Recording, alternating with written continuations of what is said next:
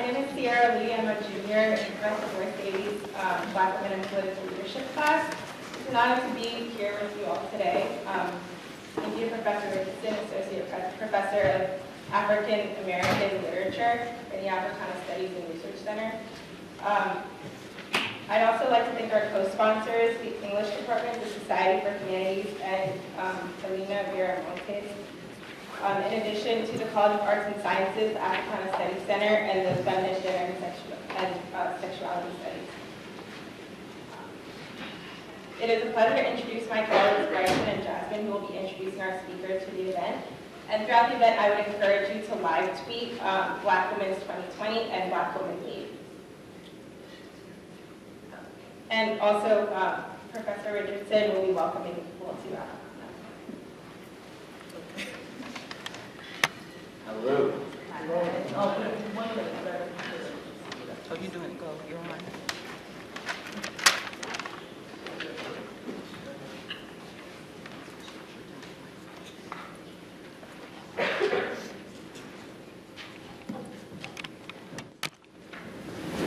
Good afternoon.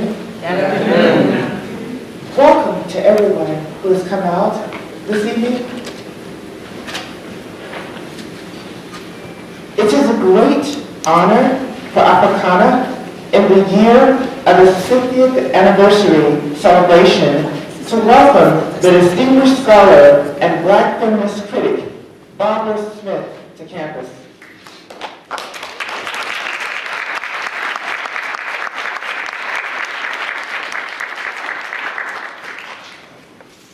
As the chair of programming, I bring you greetings on behalf of this department's programming committee, which also includes Indri Afia Lamamba, Noliwe Brooks, Gerard Aching, and Siba Rabotu, along with Professor Carol Boyce Davies. I also greet you on behalf of Africana's faculty more generally. At this time, as we reflect on our past, we are also looking and thinking toward new futures, which is our theme for the year. We are so thankful to be co-sponsoring this important dialogue at such a crucial juncture in Africana's history, a field that was founded right here at Cornell, and that, in spite of its visionary history, has had lingering blind spots when it comes to gender. It has been challenged to reflect on the impact of gender and sexuality in shaping identity and to embrace and recognize the intellectual contributions and histories of women scholars more fully. It is crucial, too, for us to have dialogues about what Africana womanism means for us, Africana feminism, and to make linkages between our intellectual investments in such scholarship, where so many of us have homes in Black feminism and gender studies, and to consider how best we can engender climates of safety, well-being, inclusion, and support for women, as well as spaces for thinking about and coming to voice on issues of gender and sexuality. And as we are working toward a future where our voices are fully heard and valued, and where our texts and our bodies, to invoke Barbara Christian, feel welcome and visible in the best ways. Some phenomenal and distinguished Black women intellectuals and citizens have been considered as friends of Africana, including Toni Morrison, Dorothy Cotton, Jackie Moulton Scott, and Gloria Joseph. It is events like this that sustain this beautiful legacy and continue to carry it forward, charting the course to yet new futures. This event draws on and builds upon the pedagogical ingenuity and dynamism of Professor Carol Boyce Davies to set forth a conversation to which we are all invited and from which we will be able to learn from the genius of two legendary scholars in Black feminism. So it is quite a privilege, and thanks so much to her for spearheading and coordinating this monumental event.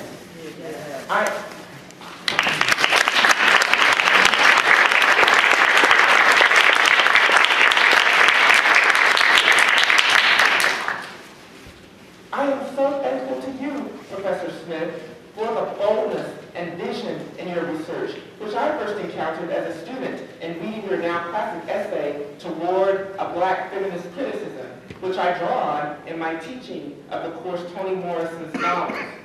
But some of us are brave, and Homegirls are works that I also studied, coming of age as a scholar, and they are works that lit the way for so many great hopes and possibilities for so many people everywhere, and underscored the value in the voices of Black women and other women of color. It is so wonderful that we have this opportunity for dialogue, and especially at such an exciting time in Africana's history. Welcome.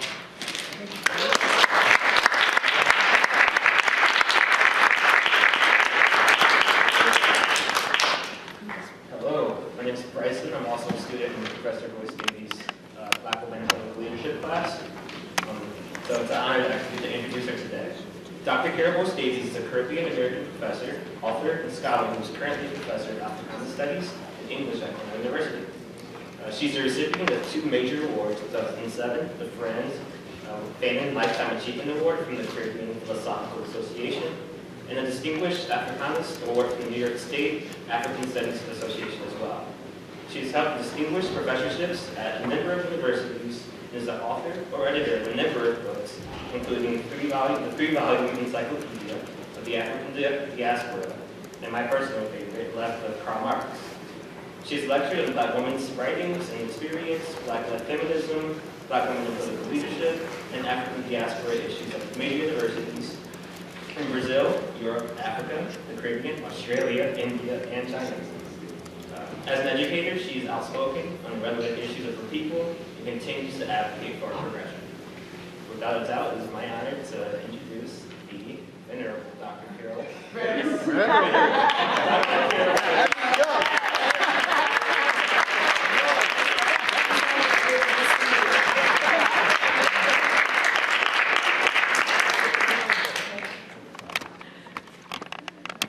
Hi, I'm Jackie Scott. Welcome to this really beautiful, gorgeous space. A Black queer feminist, a socialist, Barbara Smith has spent her entire life fighting for liberation. After settling in Boston, she worked to begin a Boston chapter of the National Black Feminist Organization. Yet, through a charge for the inclusion of Black lesbianism and what our guests might assert was destiny, the Combahee River Collective was born, co-founded by Smith in 1974. Woo!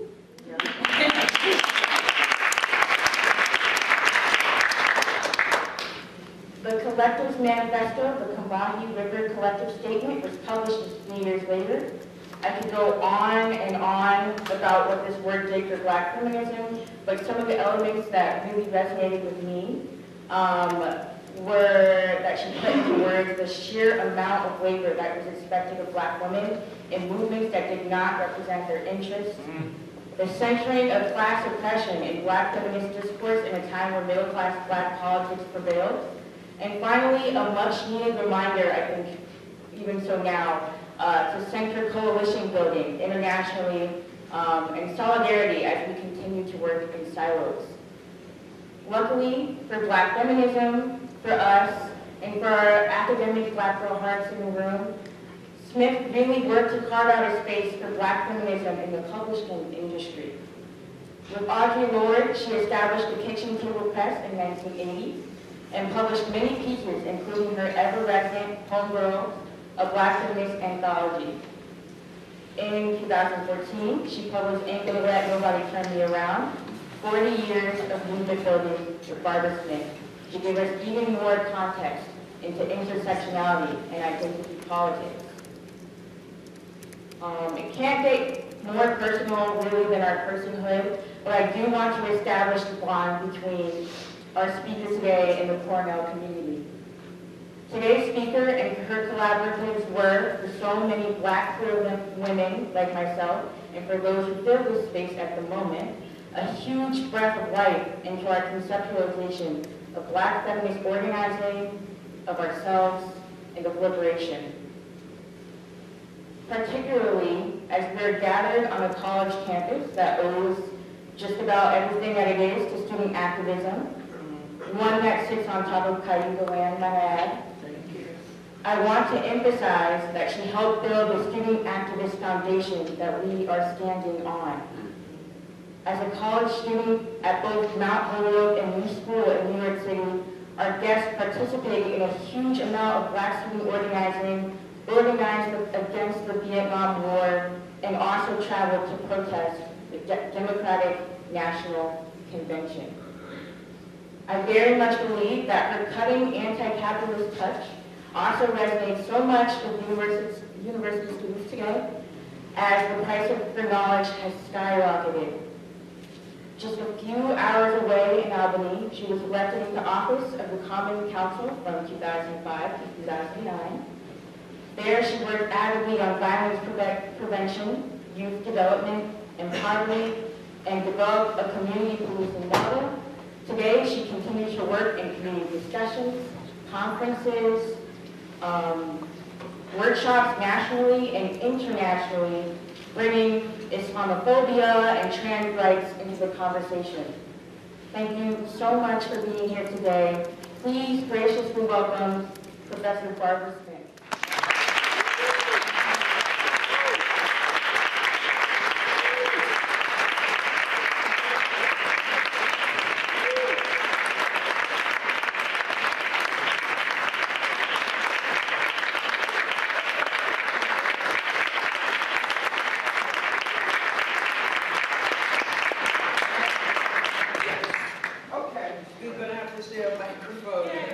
Thank you all for being here.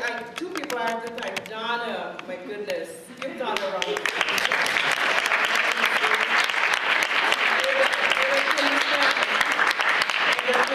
Please, Aidan Kelly from FDSL.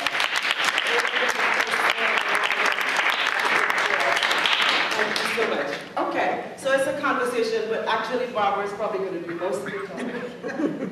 And I want to thank her. She was with my class, and we had an amazing, I'm so proud of you all for the way you conducted yourself in class. They were brilliant. They had a wonderful presentation and great questions. And, these are the kind of memorable things that we need to be able to do, for sure. I mean, we all know this. So what I'm going to do is just raise a number of questions which I actually shared with Barbara Smith before she came to campus, so that she would be already thinking about them, and then we will let her go with them. So basically, first of all, so we have an audience made up of a new generation of young people, some of course older in the audience as well. And I was so many of our students, many of them were not even born at September 11th. Some were, but some were like 1 or 2 years old. So basically it would be, I think, useful for them to hear a little bit about your own personal political journey to becoming an active Black woman, female activist. I know you have done this before, but I think we all learn a little bit more each time once we hear your version of the historical events that make you be who you are. Thank you so much, Professor Lewis Davies. It's such a pleasure to be back at Cornell, and I've been here on a number of occasions. I can't tell you how many. Memory fades, but it's really nice to be here. This is incredibly special. I just want to say about that history of Africana Studies at Cornell. I went to Mount Holyoke. I graduated in 1969. There were very few Black students on my campus at that time, and we started what was at that time called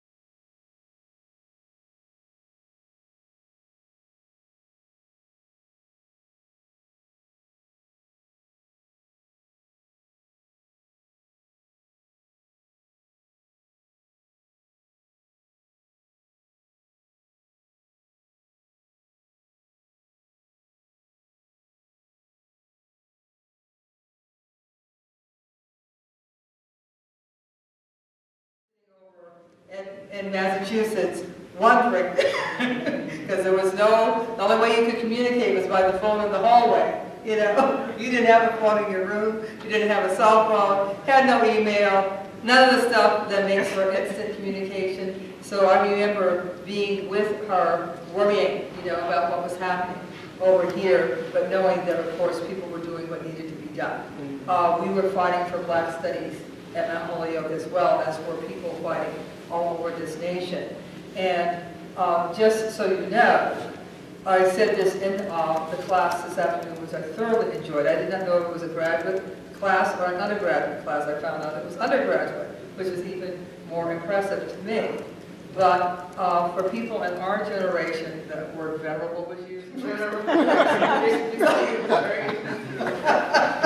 But the thing is, for people in our generation, we could not study Black studies. We're the people who said, we can't study it, you don't have it, we're going to make it.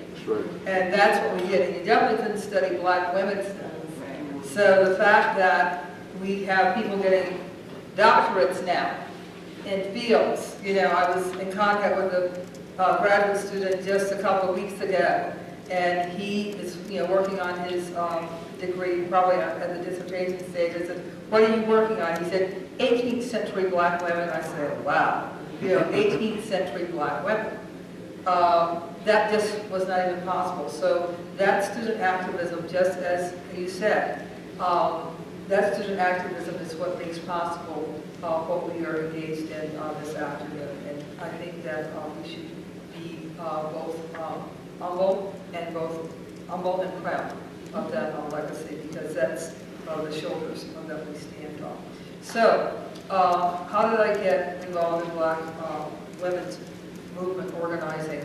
I was involved in the civil rights movement as a teenager in Cleveland, Ohio, and I was active in CORE, the Congress of Racial Equality. Like many northern cities, Cleveland's civil rights struggle focused a lot on school desegregation. There's a wonderful book that I read last year that came out last year, Jean Theo Harris's A More Beautiful and Terrible History. The myths, I'm not going to say the subtitle probably completely accurately, but myths and misuses of civil rights history. And there's a chapter about that struggle in the North, and she uses New York City and Boston as her two examples. And until I read that book, I knew that I'd been involved in that struggle in Cleveland, but I did not know how typical it was of northern cities to have people organizing around the issue of school desegregation.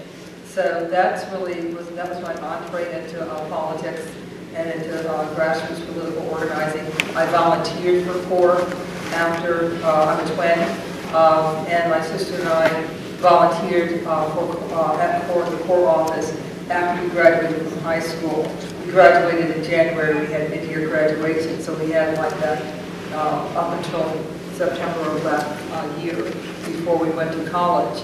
And because we had a wonderful woman who was the head of CORE, I think that's how she let us get our foot in the door of being able to work with an activist organization.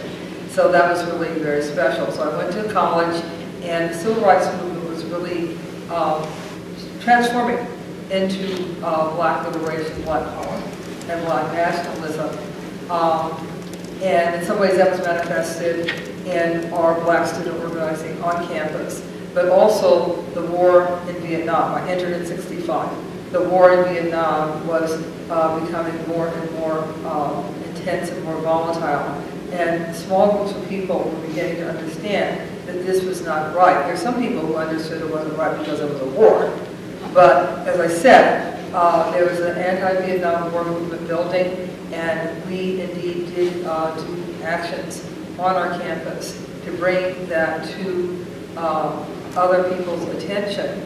And I was actively involved, as I said, in the movement to end the war in Vietnam. And then I went to graduate school and was really kind of discouraged about how, if I could be politically active because of the Black nationalism and walking cover many paces behind those roles that were assigned to Black women during those days. And I was just not about that. You know, I just couldn't imagine, you know, after all, all the experience, now I'm just going to be like a handmaiden? Oh dear, oh dear. Okay, so anyway, but being alert, you know, as generally, you know, I've tried to do throughout my life, I was aware of course, that there was a women's liberation movement growing. I did not really see a place for Black women in that movement because the way it was framed, the fact that Betty Friedan's book, The Feminine Mystique, when it came out, I think it was 1964, it focused on middle-class white women. Middle-class white heterosexual women, to be quite specific. And it just wasn't, you know, it didn't align with the experiences that I had had, nor that the experiences of the Black women in my family. But a few years later, the National Black Feminist Organization began, and fortunately I was able to go to the founding conference of the National Black Feminist Organization. That was in late 1973, and we started organizing a chapter of NBFO, as was already mentioned, and then we became independent, and we named ourselves the Combahee River Collective because of the raid that Harriet Tubman planned and led on the Combahee River in South Carolina, now a major movement picture. Oh my goodness. But anyway,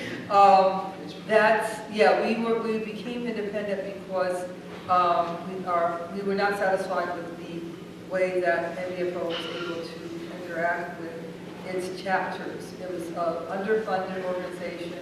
We also were very much to the left and had several people, I'd say almost all of us in the early days of Combahee had been a part of the left in different formations of the left, including the Black Panthers.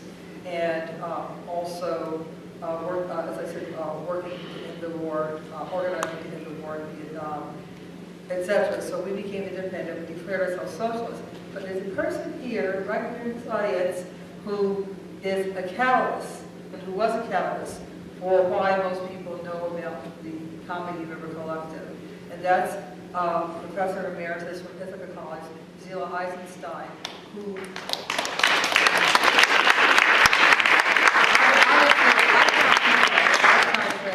she edited a book titled Capitalist Patriarchy and the Case for Socialist Feminism. And she asked if we met through a mutual friend, and she asked if the collective would write something for the book. And what we wrote was the Combahee River Collective Statement. So that's that. It's very complicated being a woman of color, a feminist of color, to be a queer or trans woman of color. It's complicated to be working class, to be an immigrant, to be a refugee, to be Muslim, to be temporarily able or living with disability. All of these things are very complicated, and that's the movement that we wanted to build. Wow.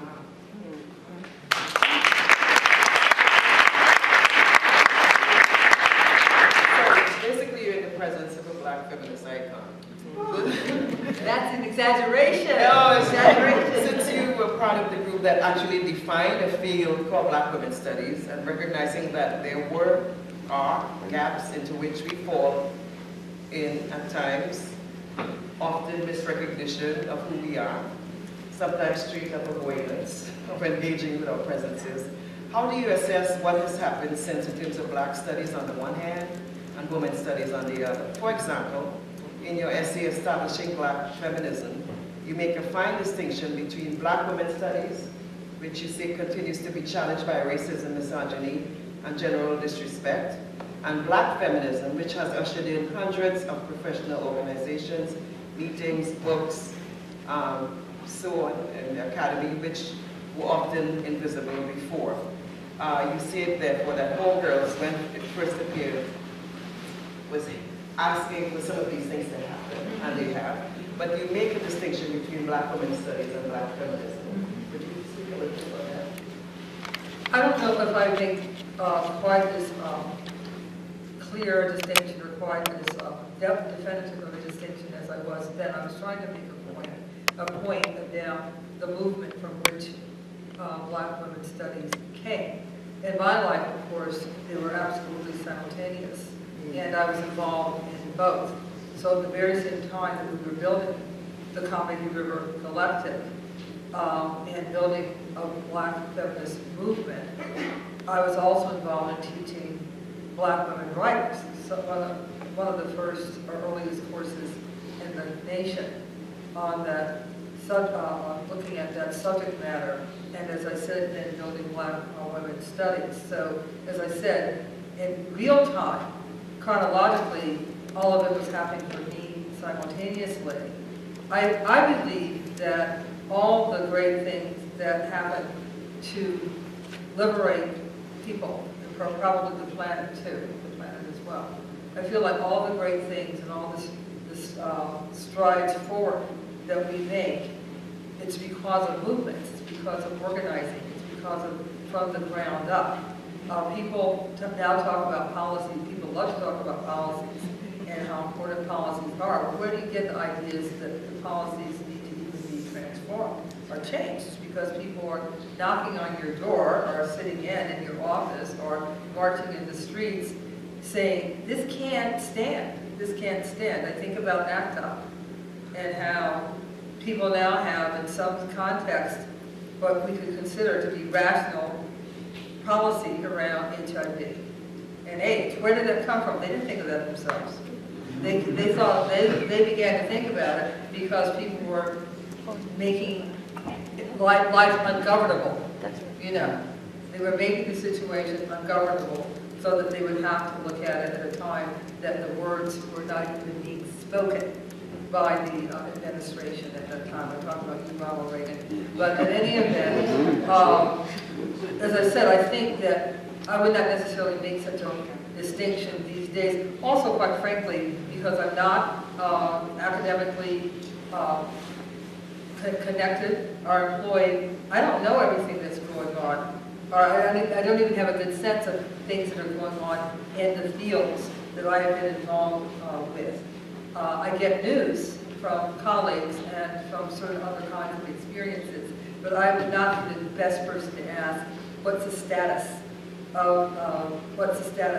in the profession, what's the status, even in black feminist organizing, although I probably know a little bit more about that than I do about what's happening in black women's studies. Okay, cool. So to intersectionality, of course. There's so much buzz.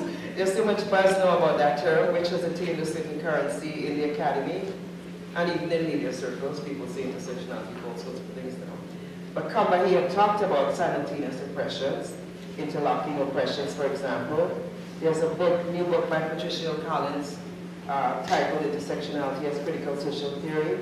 And there's another book, Black Feminists Reimagined, After Intersectionality by Jennifer Nash. Kimberly Crenshaw, of course, has defined it for legal studies and gets, I guess, identified as the inventor of the concept. And I know that there have been discussions about ownership of the term. How do you read all of these framings, and how does the work you did before intersect with that? I don't think that we have to be turf-driven in an actual feminist movement or in other movements that are about liberation. You don't have to be turf-driven. If people want to know about when was such and such first said, that's easy to trace. I think that talking about the simultaneity of oppressions and interlocking oppressions definitely was a precursor to the concept of intersectionality. As far as the term itself, the concept itself, I think it is kind of a buzzword because people use it without even having the smallest idea of what actually implementing it requires.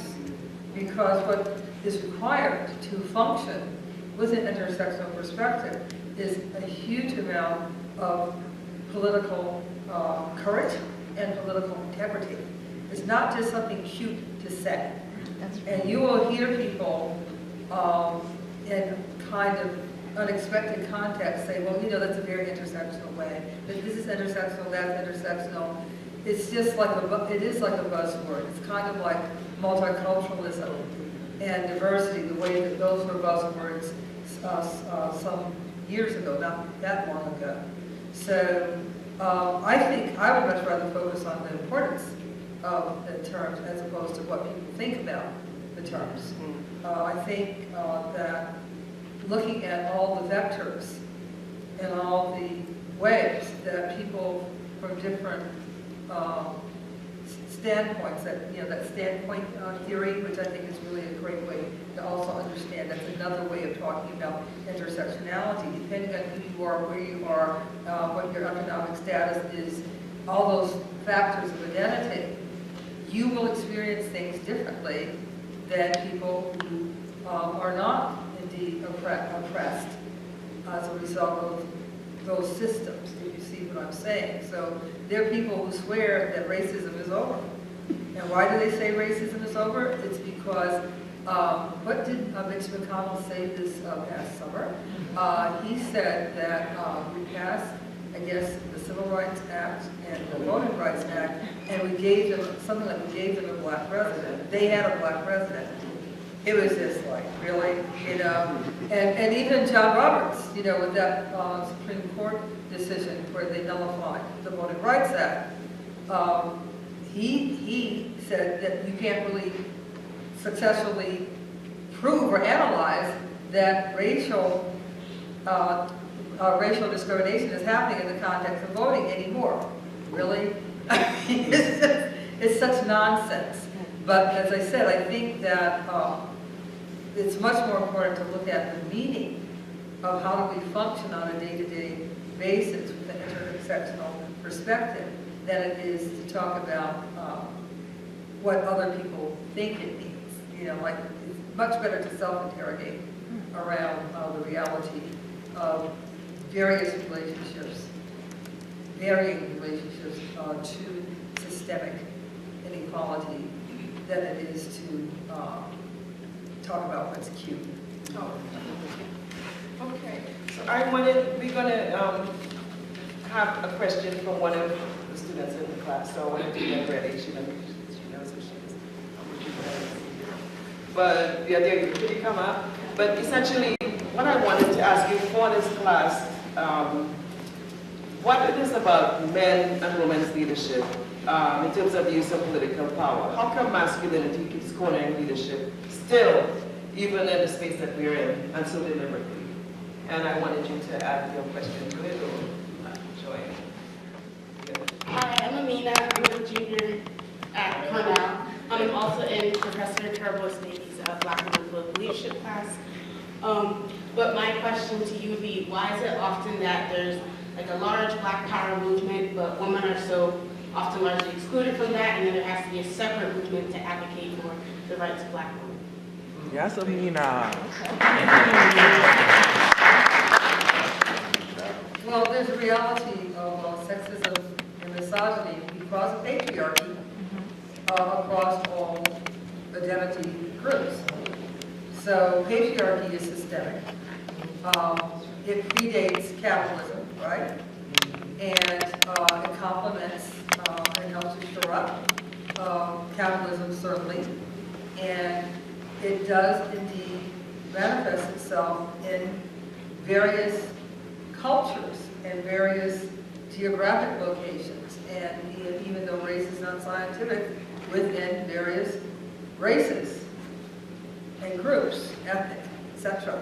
So the fact that that's the case means that when we get to political movements, we're going to see the replication of some of the bad practices that you see in dominant political formations, which is men on top and women, that word that I used earlier this afternoon, handmaidens. And I think the reason that we built Black feminism is because we thought we needed to have a voice. And we knew we were not necessarily going to have it in the context of what was going on at that time, because that was really the heyday of Black nationalism and Black power politics. And so we just said we got to do it. There's nothing wrong with doing that. It's like you don't make political progress if you just accept things as they are and don't move to another place. At the very same time, we believed in coalition work, and we definitely believed in toppling white supremacy. Very few people, I should say very few, maybe nowadays everybody's woke, who knows? But the thing is that when you think about the Combahee River Collective, and just a little footnote, I've discovered that we've been pronouncing it incorrectly all these years. It is not Combahee, it's actually Combahee. And the way I found it out is I was listening to this podcast about the raid on the Combahee River in South Carolina, and a lot of people from South Carolina, and these are contemporary people in South Carolina, were being interviewed, and they always referred to it as Combahee. And so I've been telling people that. I said, well, we pronounce it the way that black women in the Northeast, we saw 3 syllables, so we pronounce all 3. But in any event, whichever way you pronounce it, most people would not think of the Combahee or Combahee River Collective as a black liberation organization, but we were. We were part of the black liberation movement.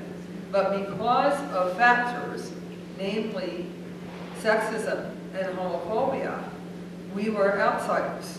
It was only, I have on my favorite button, which is the Black Radical Congress button from 1998. Huge gathering, like over 2,000 people in Chicago, met at the founding conference of the Black Radical Congress. I was actually someone who helped plan and organize that conference, thanks to Barbara Ransby, but also Manny Merrill. Yes, ma'am. And Lee Mullins. We were all involved. And that was the first time, and I said it when we had an intergenerational dialogue. I said that this was the first time that I had ever been included with my generation, people in my generation, as a member of the Black Liberation Struggle. And Kathleen Cleaver was there, and Angela Davis was there, and everybody was there. But I had never been included. And others like me had not been included because of those factors that I mentioned. So finally in '98, which is more than 20 years ago, people began to see, oh yeah, they really were about, black liberation and struggle, etc. But anyway, I even forgot what the first question was. I know I have a point. Oh yeah. That I think what I've said probably, well, certainly the earlier things that I said speak to that. It's important for us to organize and define our politics at the very same time that we figure out who we can work with politically. We were not separatists, and we believed in coalition work. And I think that attitude is not very prevalent these days, from what I see on social media. I think that our willingness to accept and work with people who were not our mirror images, that takes a lot of strength, takes a lot of patience, takes a lot of optimism and vision. So we actually, it was like a case-by-case basis. Is this organization, are these people, are they fighting and want to fight around the same issues that we do? Okay, so we can do that. They're not members of the collective, but the thing is, that doesn't mean that we can't work on something and on struggles together. That's how we win. You can't win in small groups. You have small groups, and you build and build and build. We hope one day it will be a mass movement for balanced homes. Okay. So, much has changed since Combahee, which deliberately named itself after Harriet's military action, but also claimed the space for black lesbians, but also critical women. And on that point, I want to stress, because people forget that that was one of the first, you were one of the first groups to actually make that space open. So it was not just U.S. African American issues, but critical women and issues. So it's, I think as a black feminist and black lesbian, you indicated that in many cases, it was a lifetime of work that you would have to be engaged in, and clearly this is true. But how do you assess what has happened since then in these movements? And I'd love for you to also talk about how you saw the film Harriet. If you could combine those two. I'm not sure. There are many more manifestations of women of color organizing than when we started, and there's certainly many more manifestations of people who are part of our LGBTQIA community and movement. There are many more manifestations that we are getting the work done than back in the 1970s, the dawns, you know, the mystic time, or whatever. We still have a lot of work in front of us. One of the things that I find fascinating is how acceptable it is now to even be a black lesbian. Like as I said, like you can be black lesbian movie stars now. And being couples, everybody thinks it's just wonderful. Really? How did that happen? How did that happen? And of course, nobody knows how it happens because they haven't read, you know, this stuff. And they just think it's because they're great and people are accepting it. How do people get to be accepting? I wonder, could it be something, you know, called movements? Yeah, a movement. Hard fought, hard won to get people to understand that sexual orientation, sexuality, gender presentation, gender identity, all of that is complex, and whatever it is you feel inside, because you know what you feel inside, each of us does, in a way that no one else will, that we have a right to how we feel and how we define ourselves. I've grown around these understandings because when I first came out, and I was not out in college or during the civil rights movement per se, I came out in the mid-1970s, and when we first, you know, we were doing our organizing, etc., and we were going to early gay prides, I remember feeling uncomfortable with people who were, what was in those days called cross-dressing, and they may not have been trans. They probably weren't, you know. But you see what I'm saying, that it was just like this, no, you're not supposed to do that. We were sensitive, you know, we felt like, are they making fun of us? You know, are they making fun of women? Are they going to stereotypes? And then, you know, years go by and consciousness expands, and then you begin to understand better. We were never hateful, never. And by we, I'm talking about women in comedy and feminist color. You know, I've known some of the best people of my generation, and as I was saying to Professor Boyce Davies, we were raised. So the thing is that you just didn't, you know, act out. You didn't act out, you know, and be really. We were not cruel. You know, we did not trade with cruelty. So even if we were wondering about things, we weren't necessarily snapping at people and saying horrible things and casting people out or whatever. And as I said, as time has gone by, I now have better understandings of how important it is to admit what you don't know and not to presume that you do. And I consider to be trans women my sisters. I absolutely do. And one of the things that I've observed, and I consider trans men to be also part of my family as well. And one of the things that I've noticed is that my venerable, I'm going to use that word over and over now, that my venerable lesbian feminist friends, we're not always in touch with each other on a constant basis, but when we check in with each other and we talk about trans political issues, etc., we're almost always on the same page, which I love. And see, that shows the kind of politics that we had. You know, we don't have to be talking to each other. We're in different places all around the nation, and it's said, like, yeah, what's the big deal? We know it's a big deal because of the level of oppression, and that's what we also stand for too. We fight oppression. We fight against dehumanization. We fight against violence. So anyway, it's all, as I said, it's all on a continuum. Harriet, you want to talk about Harriet? I saw Harriet on Sunday. How many people have seen it? I am fascinated by, I don't read reviews until after I see a movie, and I'm a huge movie fan. I don't know if I'm a movie buff, but I've seen quite a few movies since how old was I then? I was 4 years old in 1950, I guess. So, yeah, I've seen quite a few movies since 1950. and I love movies. I was surprised after seeing the movie and starting to look online and see what people were saying, how much negativity there was about the movie. I was really interested in that, and I thought that the basis of some of the negativity didn't really have to do with the content of the film.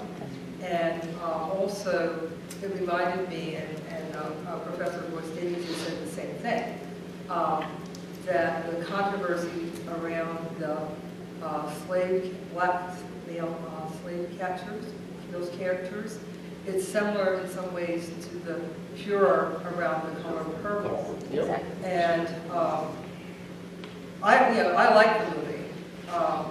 There were certain things I didn't know. I never had thought that there was such a category of people during the pre-Civil War period. I never thought that there were black people who would be helping white slave owners to capture other black people. I never knew about that. I did know that there were some few black people who owned other black people. I didn't know that, you know. Yeah, oh yes, absolutely, absolutely. So I knew bad things, negative things had been done, but I never thought of a particular situation of like someone actively trying to help recapture people who had escaped to freedom from enslavement. But I haven't found, a huge amount about it, but my understanding is that there is a historical basis for that. And there are other things that have been said about the film that I don't necessarily agree with, but I haven't done enough reading to know. I haven't said anything on Twitter about having seen the film. But you had a nice statement about the ending that you said. Oh yes, Reading of it. yes. Well, I love the fact that I didn't think I'd ever be in a movie theater and see the words Combahee River at the bottom in big letter. I never thought that would happen. I never thought that would happen. It gave me such a feeling. It gave me such a feeling because we picked that name because we saw ourselves as being in a continuum from her to where we were. One of the reasons we picked it, as we say in the statement, is that we didn't want to name ourselves after a person. We wanted to name ourselves after an action. And that was quite an action. I had read a short biography about Harriet Tubman during that period, published by Radical Press. I think it was International Publishers. And that's where I found out about the rape. I said, wow, So I told people about it in our group, and that's the name that we ended up using. But as I said, that was just quite amazing. And I don't want to do spoilers, but there's a scene. You're talking about my interpretation of that scene? That's a good. Okay, well, there's a scene in the movie where the person who had enslaved, a vicious person, who was a composite, yes, not a real person, I guess, or not a historical figure. The person who was portrayed as a person who had enslaved Harriet Tubman shoots one of the slave catchers. One of the slave catchers joins Harriet. So one of them goes over to the correct side, and then the white slave owner told the slave catcher, excuse me, I want her taken alive. Now the reason he wanted her taken alive is because he wanted to take her back to enslavement and torture her. Mm-hmm. That's what he wanted to do. He didn't want her taken alive because he cared about her life. He wanted to take her alive so he could put her back in bondage and make her life hell on earth for all the rest of her days. That was his goal. So the fact that he shot the enslaver, he wasn't protecting her. But of course, if all you do is look at a trailer and then start tweeting, that's what you get. That's what you get. And that's exactly what we got. So there are a lot of people who think that it's trash. The movie is complete trash because of somebody watching a trailer and deciding that it's a white savior movie. Okay. So then, after that happens, Harriet makes the former slave owner, because she's armed, of course, she tells him to drop his weapon. And the people I was with, my study group, the people I was with, they were saying they wanted her to shoot him. And as the movie ended, I wish she had shot him, I wish she shot him. And I told them, I said, this is not a TV show. You know, this is not a Marvel Avengers movie. I mean, if you want that, go see that. This is the life of Harriet Tubman on film. And if all you got out of it is that she should have shot him. And I was talking about, I've been thinking about the scene all week long, because I will be doing a rebuttal. I'm planning it at our next study group meeting. And what I thought about is how she said, during that scene, she said, "You're going to die here." Does anybody remember that? Yes. You're going to die here. And she was talking about, this is going to be a battlefield. In the Civil War, you and others like you are going to die fighting for a lost cause. And she just completely laid it out. It was an amazing scene because it played on her ability to foresee, you know, what might happen in the future. But she said, you're going to die here. And it's like, I don't have time to bother with you. And so she gets on his horse. She gets on his horse, and then she flings his weapon, his gun, back at him. People didn't like that, who I was with. You know, why did you do that? Why did you do that? I was thinking, because you know what? Because she was running it. That was a scene of such power. She was so sure that of where she was, what she was doing, who had the power in that situation. She didn't care if he had a gun. She did not care. You know, she threw that gun back at him, got on his horse, and rode away. And she was clear that nothing was going to happen to her at his hands. I mean, it was really powerful. I really liked it because it showed, you know, that great inner, you know, certainty that you have. And it's a moment like all of us who've been involved in political struggle. We have all been in situations of risk. And there's a point where you say, you know what, I'm doing it. I'm just going to do it. And I liked it. I have another question coming. If whoever is that person, can you come up so we can have you first, right? But we wanted to turn to 2020. Keep in mind, we want you also live tweet. We want to get the word out. My Twitter handle, if you'd like it? Yes, yes. My Twitter handle is @the Barbara Smith. @the Smith. Okay. Yeah. So at the Barbara Smith, also hashtag Black Women Lead, Black Women in Political Leadership, African and 50. African and 50. Okay, you got that? So Black Women, hashtag Black Women Lead, hashtag Black Women in Political Leadership. What's the other one? African 50. And also Black Women 2020. Hashtag. Because we want to say that we have vision. Actually got this still from Marsha Crosby that night we were hanging out after we saw the film at Chili's, and she said, oh, this 2020 is coming. So we can use 2020 in different ways to talk about Black women's vision. And actually I was talking to Marsha about doing a series of projects between the two of us, Ithaca College and Cornell, on Black women, like this kind of discussion we're having here, panels, and so look for that. We're going to work on that for the next semester, next year. But Black Women 2020, Black women's vision, I think we want to claim, right? The way that we're able to be the persons who vote wisely, as happened in the last election, right? But also the people who find ways to sometimes have the vision to see ahead of things or make a way in spite of difficulties, as we're doing here. And in my case, working in Africana, I thought I was hired to be a person to work on Black feminist issues, and that's what I think I'm doing. But the opposition comes in spite of it from places you would not believe, including the university's administration. But I won't go there right now, I can do that later. But essentially, we sometimes feel very marginalized. When we're on campus, I don't feel this anywhere else when I leave this university, but I do feel it here.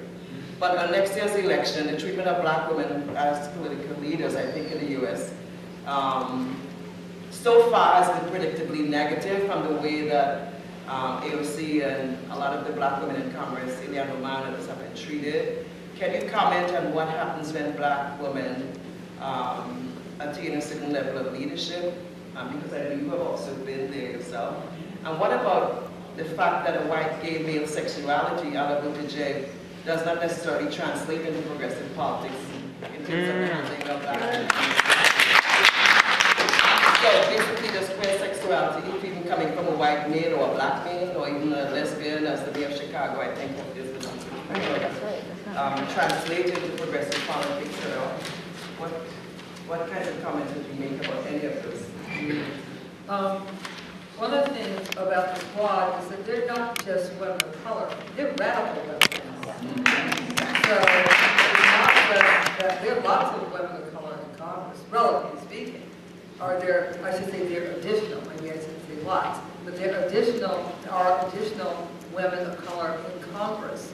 But the reason that the squad has distinguished itself is because they definitely take a left of center perspective and they're quite outspoken. And you know, you have somebody who's Palestinian American, you have somebody who is a refugee to this country and an immigrant from Somalia.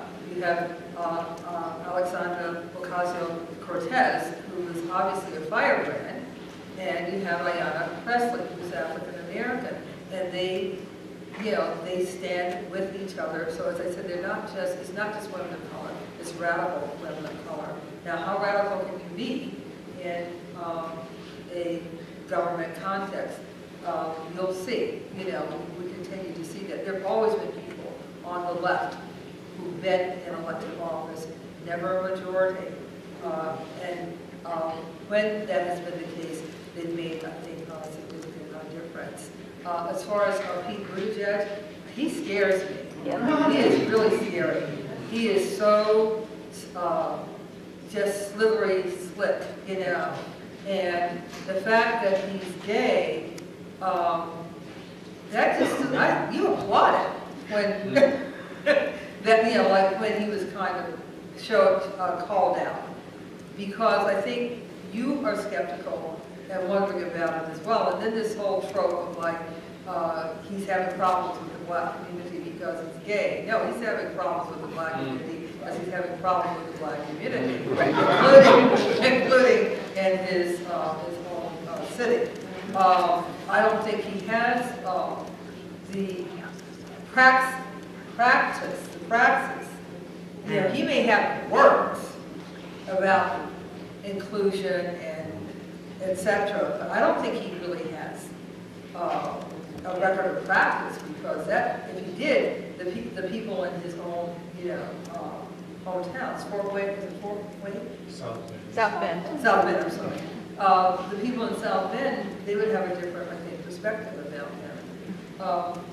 And was there another part? Another question.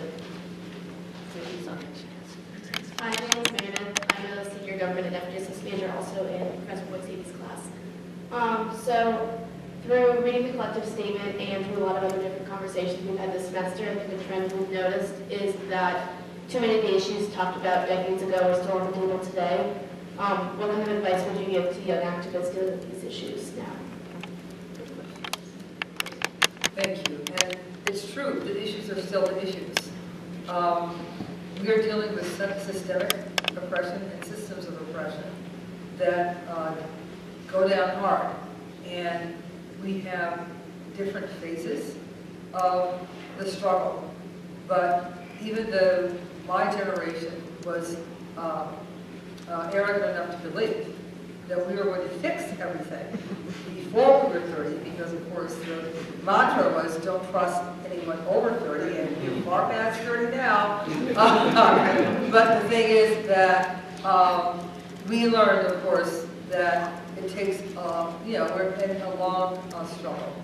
And I don't know if I have advice for activists, young organizers, except to keep at it and to make sure that you're doing work that you find joy in. Because the systems of repression and of degradation, inhumanity, and violence, they're too negative and too overwhelming that if you don't have that spirit of joy coming from somewhere, hopefully connected to your work and your struggle, you're not going to be able to sustain it. And I always say that, I've been saying that for years. If it's making you nervous, if it's making you sleepless, anxious, I say nervous, probably anxious is the right word. If it's making you feel anxiety, exhausted, burned out, then you really need to evaluate and figure out, how can I make this work? I look to people who are my elders, like Ella Baker, Fannie Lou Hamer, Septima Clark. I look at Howard Zinn. I look at these people, and I look at Barbara Deming. I look at Ann Brady. If you don't know who these people are, find out. But I look to these people, they were in it for the long haul, and they had challenging lives, but they also had fulfilling lives. And that's how we have to struggle. There's a wonderful article by Bernice Johnson Reagan in my book, Homegirls. It's the last article in the book. I tell everybody who's interested in organizing into solutions and about trying to find solutions to organizing and how do you do it and maintain it. Read this article. It's called Coalition Politics, Turning the Century. And the century she's talking about turning is from the 20th to the 21st. And she has some really good advice about how you can stay in the struggle for the long term. I'm very interested in, a lot of things, but I've been going to some Extinction Rebellion meetings recently in Albany. And it's, to me, kind of exciting because it's using nonviolent direct action to address global annihilation. And there's another book that I highly recommend, which is Howard Zinn's SNCC, the New Abolitionist. If you feel discouraged as an activist now, read SNCC, the New Abolitionist by Howard Zinn. You will get many things out of it, but one of the things you'll get out of it is like, damn, that's what they were dealing with? Oh my goodness. It's not just the water fountains and the back of the bus stuff that Hollywood movies gives to you. This is dead up, serious, grassroots, community-based organizing. And these were people, I've read the book 3 times now. Once, the first time was when I was in college, and Howard Zinn came and spoke. And he wasn't the Howard Zinn at that point. He was Howard Zinn who'd written this book about SNCC. And so I went and I got the book, and I read it then. When I reread it last year, I did not remember a single thing about this book. And that is not like me. And I know I read it. I know I read it. And I think maybe the reason I don't remember it is because it's so traumatic. And so I read it last year, and then I reread it because we are reading it in my study group. I'm also co-teaching a course on Black women activists at Mount Holyoke this fall, so we read it for that too. And it's just, the book is incredibly useful. It's very, very useful. You can read Ella Baker, the Barbara Ransby Ella Baker biography too, if you really want to understand what's going on. Okay, one other question. Sometimes when members of a subordinated group rise to power within an oppressive system, we're never sure who they're representing, while other groups, as we see now, represent their so-called base unabashedly. And we have many examples, right?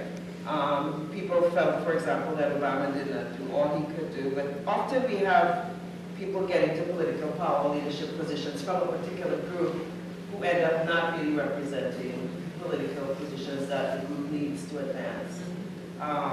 What kinds of comments would you make about that, or critique of that kind of practice, or anything like? Well, there's this concept of representational politics, and that's when you depend upon other people to represent your interests, generally by electing them.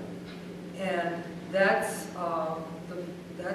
the limitations of that particular strategy, that you hope, luck of the draw, you hope that you elect the right person. But it's representational politics. It's not you necessarily, or people like you speaking truth to power and asserting your own issues, your own concerns and changing power relationships. Politics is not about getting elected. Politics is about how power is deployed. All of us are affected by politics. All of us live within politics because every single day we are affected by systems of power, power relationships, power structures. And what's political is how we deal with that reality. So it's not, so many people say, oh, I don't like politics, I don't like politics, it's dirty, I don't want to be involved. They're thinking of electoral politics. You can't get away from politics because, you know, even if you live in a, like the Amazon's burning here. The Amazon is burning. So whether you ever voted, whether you ever met anybody who's elected or anything, you're affected. You know, the people who live there, their homes are being destroyed. You know, we have how many millions of climate refugees, and we'll have more and more.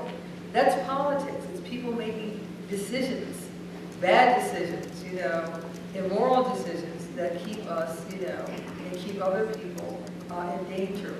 So, Keandra Yamada Taylor, I really like how she writes about this in her book, From Black Lives Matter to Black Liberation, because she talks about the limitations of representational politics and how after the period of black liberation, black power, and black nationalism, after that period, people put their faith in elected representatives, and it didn't necessarily pan out. I think it's hard to be accountable in systems that were not designed for accountability. And that's why I'm really interested in the squad. I'm interested in what's going on in Jackson, Mississippi. I'm interested in places and people in places that are taking hold of the possibilities of these systems and seeing what they can do to make things more different. So I wanted to make sure, since Barbara mentioned the Keandra Yamada Taylor, how we get free, Black feminism and River Collective, we always check us. River Collective recommending it as well because it's a conversation with a lot of women at that time. Free. So I'm going to try to combine a number of things so that we'll give a chance for the audience to be involved as well. But I wanted you to engage, because at the NWSA last year, I think, 2017. yeah, when I saw you in Baltimore, I was so pleased to see you again. So, I love. yeah, no, I brought Barbara to Binghamton when I was there. That's one of the last ones. Yeah, it was a long time. Because I moved to Florida. But anyway, there was a question about Jay-Z and Beyonce and people who make it up to a certain level, even though they may have started in a place that was not that financially empowered, but now are. And you made a point, really interesting point about class and access to financial power, how that often changes in terms of people representing their own interests. That's what you talked about.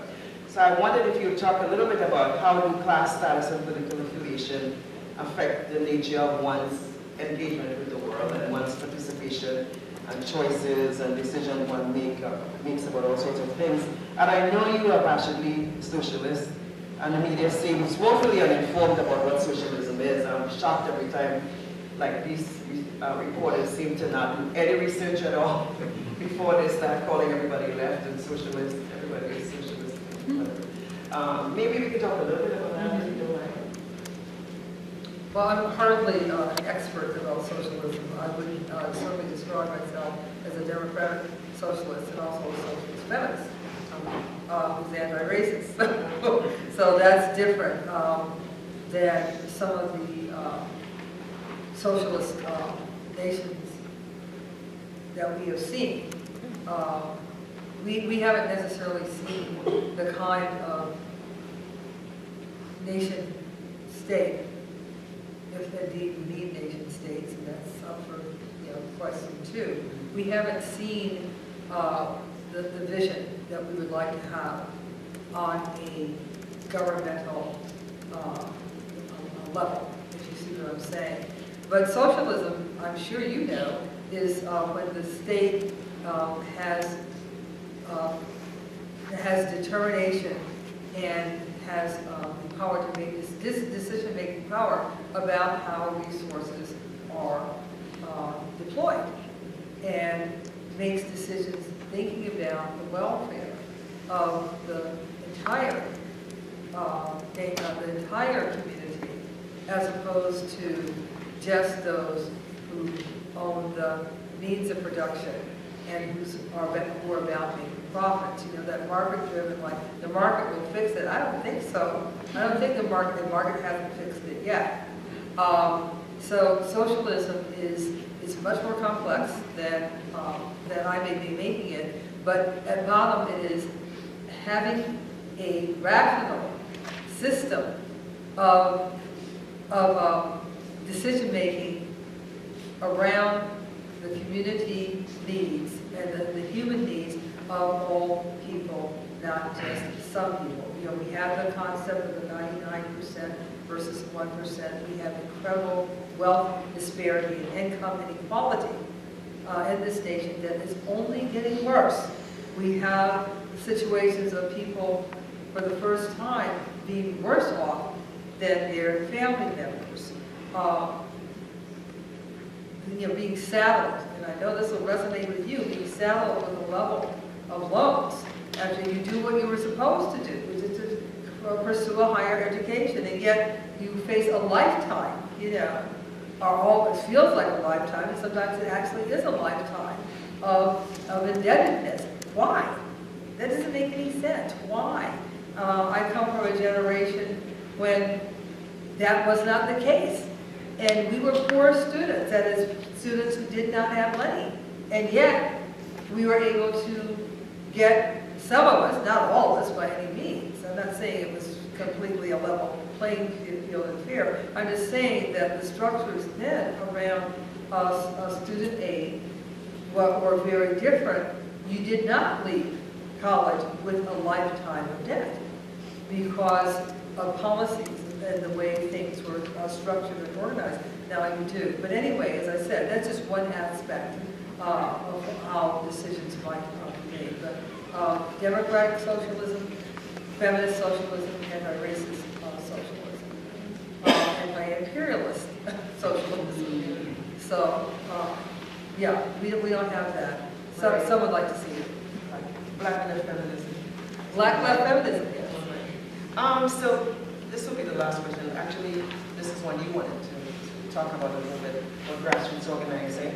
And I think it's important to close there. There was a question about that already.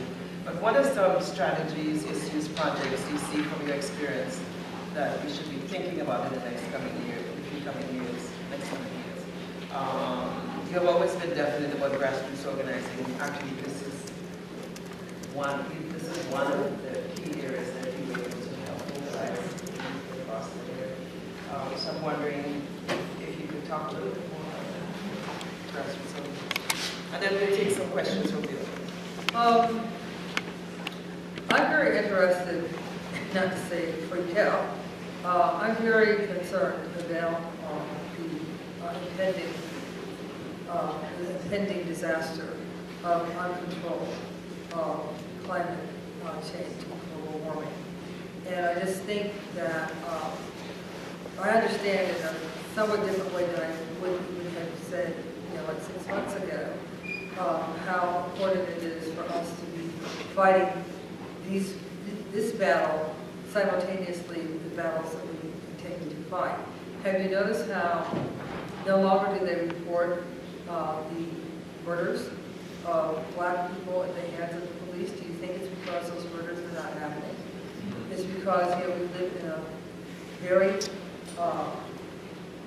short attention span culture where we moved on. The news cycle has moved on. I think that we have many issues to be organizing around, and people are organizing around the criminal and justice system and prison abolition. So it's not that organizing isn't happening, it's just not in front of you. in the news as it might have been, say, a couple of years ago. We have, like all the issues that people are working on, to me, are significant issues. The Me Too movement, violence against women, income inequality, labor rights, all of it, and Islamophobia, anti-Muslim, and other kinds of anti-immigrant and xenophobic responses. The children at the border, that's not being reported on either. Those children are still locked up. They still haven't seen their parents. It's a couple of years now. Some of them never will. And neither are the parents able to see their children. We have a government that orphans children consciously and happily. And so none of these issues are unimportant. I'm sure I'm forgetting.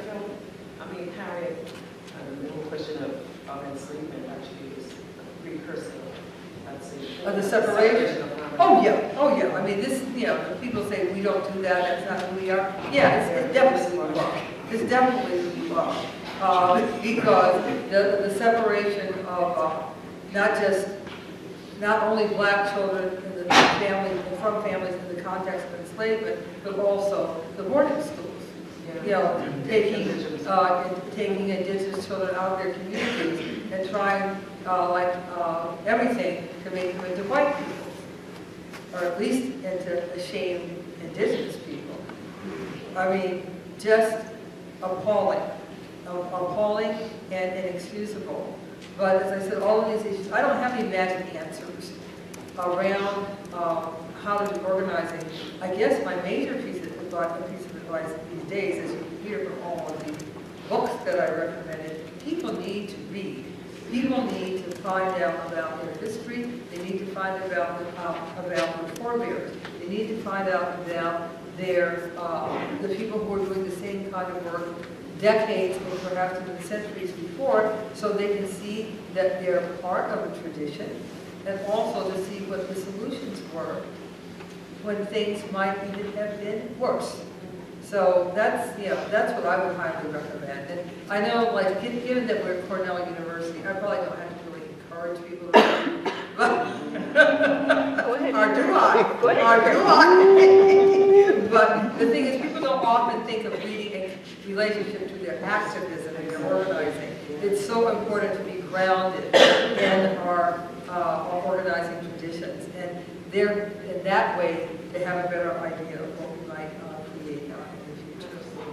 So we have about 15 minutes for some questions from the audience. We'll take a few of them. Questions from There's one. There's one person.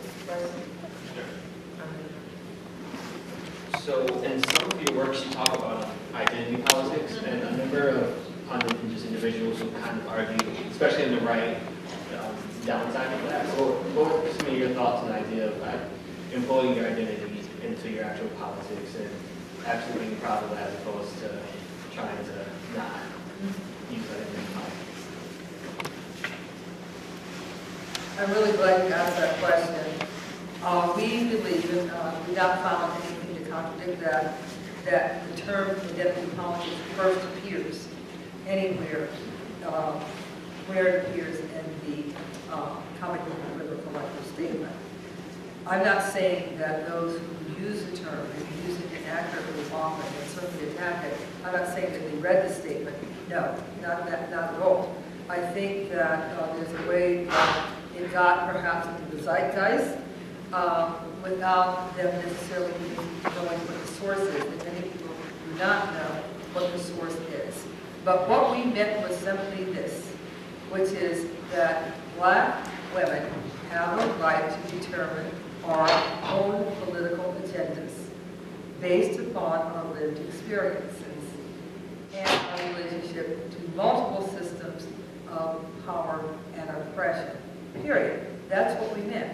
And the reason we said it is because that was not a very supported view at the time. We asserted it because because the perspective was you're supposed to be about other people's issues. If they happen to touch on your life and your issues, that's fine. But you're not supposed to bring up anything that's not in the template. That's why this book, the green book as people call it, the other green book, all the women are white, all the blacks are men, but some of us are gray. And the subtitle was Black Women Studies. But that was the attitude, the perspective back then. So we coined the term identity politics to say that we had a right to build our own political movement and our own political agenda.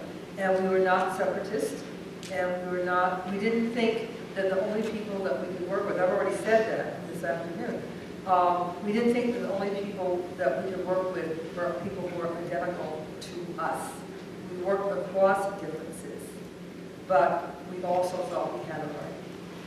I need to say that we had initially invited Barbara just for the class, and she was happy to do that. But once people knew she was going to be here, American Studies, they were like, no, we have to read FGSS kind of almost took it over. We were like happy for that support from Aiden and so many other people, Cornell's Humanities Center, Edie White House, and so on. So we've had a lot of support from colleagues around the campus, and it's evident in your presence here as well. Russell. I know you got a Thanks so much. Thank you, Professor Smith, for coming and blessing us. It's really an honor. So I wanted to ask about the anti-imperialism piece. It seems to me, if you look back... It's kind of muffled, Yeah. so maybe stand up. Hold it, Oh, sorry. I think hold it it may away be from your mouth. interference. Yeah, you had too close to your mouth. Oh, okay. You know, if you look back Yeah. over American history, it seems to me that black folk have been among the groups that have been most consistently outspoken about the question of empire and in terms of opposing empire and imperialism. And I guess in the you know, today, in the wake of the coup in Bolivia, in the context of so much oppression overseas, so much of which the United States is playing a central role in Gaza, etc. I just wonder if you would reflect on the role of African Americans in terms of continuing this tradition of anti-imperialism and being on the vanguard in terms of, you know, opposition to empire, particularly in the wake of President Obama, because it seems to me that the empire has now incorporated a handful of black folks in terms of the management, you know, the management of empire. And I wonder if black folks we've gotten a bit lost. We've lost our way in terms of leadership and taking an anti-imperialist stance. Right.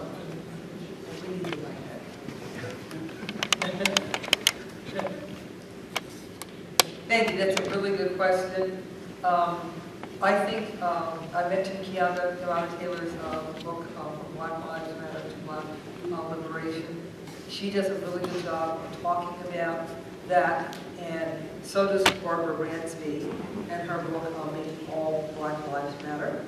And not all Black Americans are, people of African heritage living in the United States. Not all of us have that anti-imperialist perspective.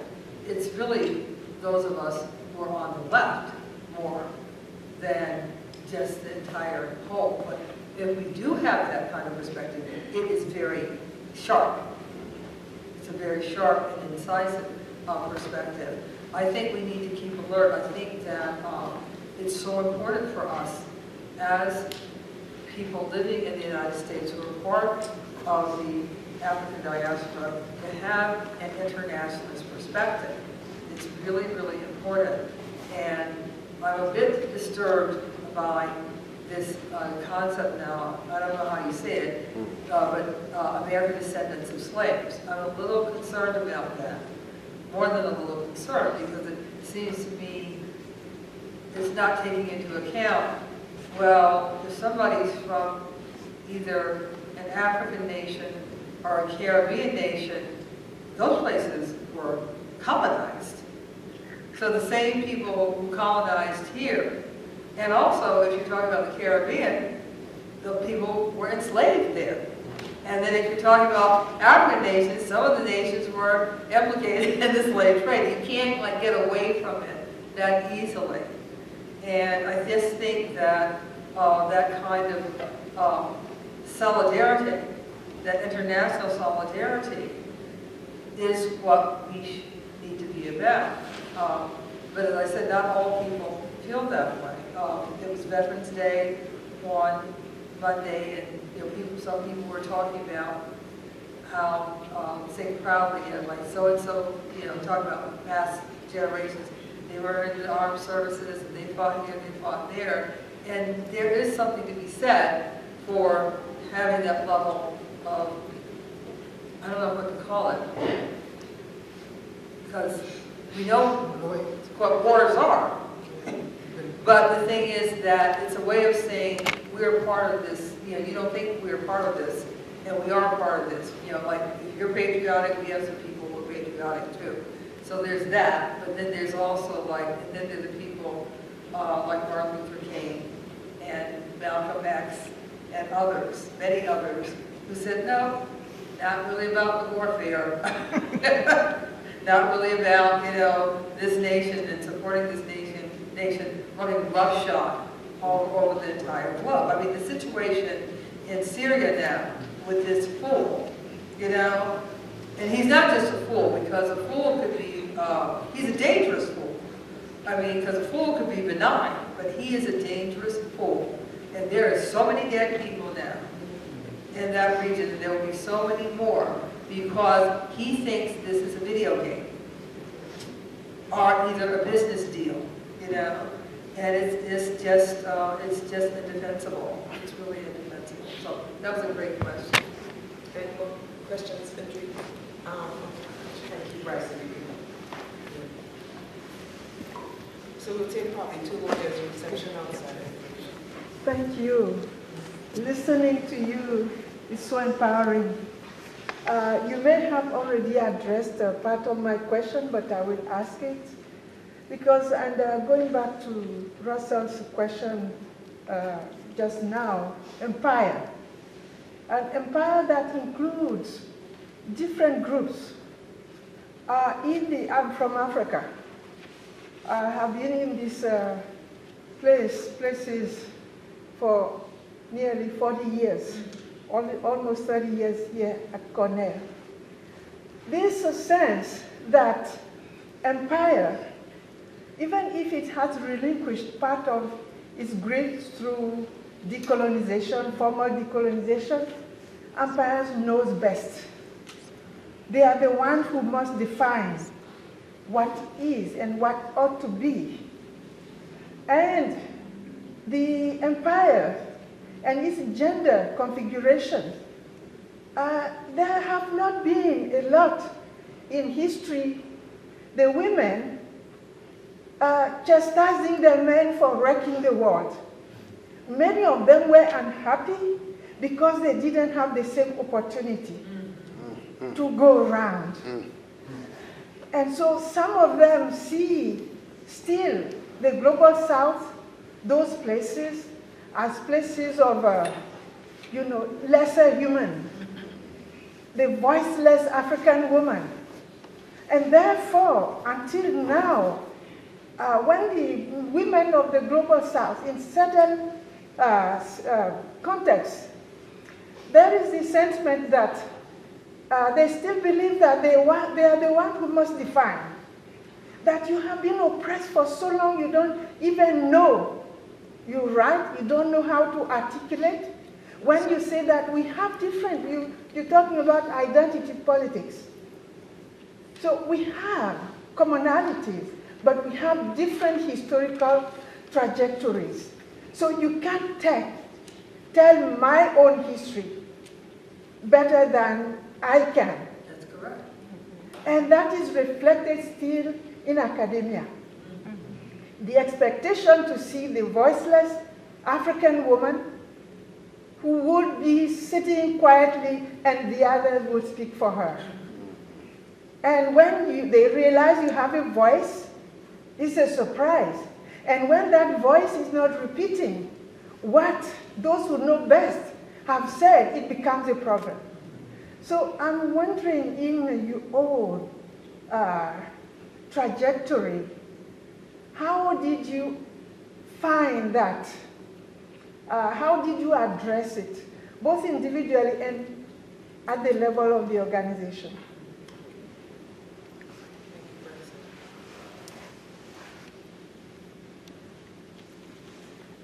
Thank you so much for that really thoughtful lesson about how people in the belly of the beast here, how we can be very ignorant and very arrogant when we think we're addressing and connecting with people who are a part of our family. So I don't really have any specifics. I just know that in my life, I've been fortunate to interact with people from different backgrounds, including people who are in other parts of our diaspora. And it's really important to listen and to learn. U.S. mainstream feminism has often been very dictatorial and very demeaning of people who they think they know better than. Because those kinds of relationships, power relationships, die hard. But comedy was always a very small group, but it was also a group that was more diverse than perhaps the information that's out there reflects. We would meet with people from other nations, Kitchen Table even more so, Kitchen Table Women of Color Press. We were in contact, as I said, wherever English was read and spoken, we had contacts across borders with our sisters in other places. So I don't have I have no particular analytical content to add to what you just said, but you made the point, which is important for people who have limitations of understanding and limitations of vision around who everybody else is, to sometimes be quiet, and to listen to those who can help us, to be more conscious and to know more. I love to learn. That's like kind of who I am. So the more I can find out, the better. I don't want to know about everything, but the thing is that I do want to know, like, I'm interested in history, literature, and social change, and art. So yeah, I don't want to know about and film. Yeah, the film, art, But the things, physics, no, not going to be going there. But the thing is that I love learning, and I love being here today because I have that opportunity to learn. Is there one more question? Over there, yes. Can you come up? Oh, thank you, President. And then we will invite you to the reception. Thank you for being here today, first of all. So you mentioned the importance of joy and the work that you do in being an activist. So I'm wondering, along with that work, what do you do to keep yourself mentally and spiritually intact? Great question. I think that was one of the questions I wanted to ask. So I said thank you. So of course you're making an assumption. Okay. Well, I'll pretend as if it is. As you can perhaps tell, I do have a sense of humor. I think it's really important to do that, to have that. Because if you don't, you just are not going to make it. You just can't make it, There's always another way of looking at things. And I think that, my humor comes out of my black fidelity. and my Black U.S. identity. And there's a lot of irony, you know. And I like that. As I said, I do love art of all the various kinds, and try to partake of it as much as I possibly can. I have wonderful friends who basically are family, and that makes a big difference too.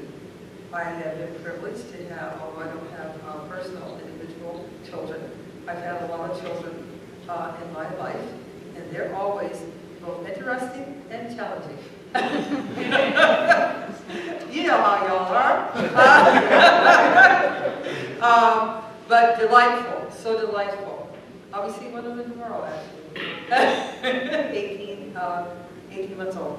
But in any event, like you have to find where your joy is. I am retired. I retired at the end of 2017, and you actually got a little card about why I was able to retire. Smith Caring Circle, it's like the people's pension that a friend of mine had the wonderful foresight to initiate. So that's really what was the deciding factor, determining factor in me being able to retire. I'm far too busy for somebody to retire. Far too busy, particularly in the fall of 2019. But the thing is that I do try to take time for myself and take care of myself. And no is one of the most beautiful words in the English language. We need to learn how to say it when it's on our own behalf. And just, every day there's something that potentially is beautiful and that really fills our spirit, even when things get really challenging. So, I guess it's like an attitude. I've always been a political optimist. And where people are struggling, I see hope. And that helps me a lot. That's just me.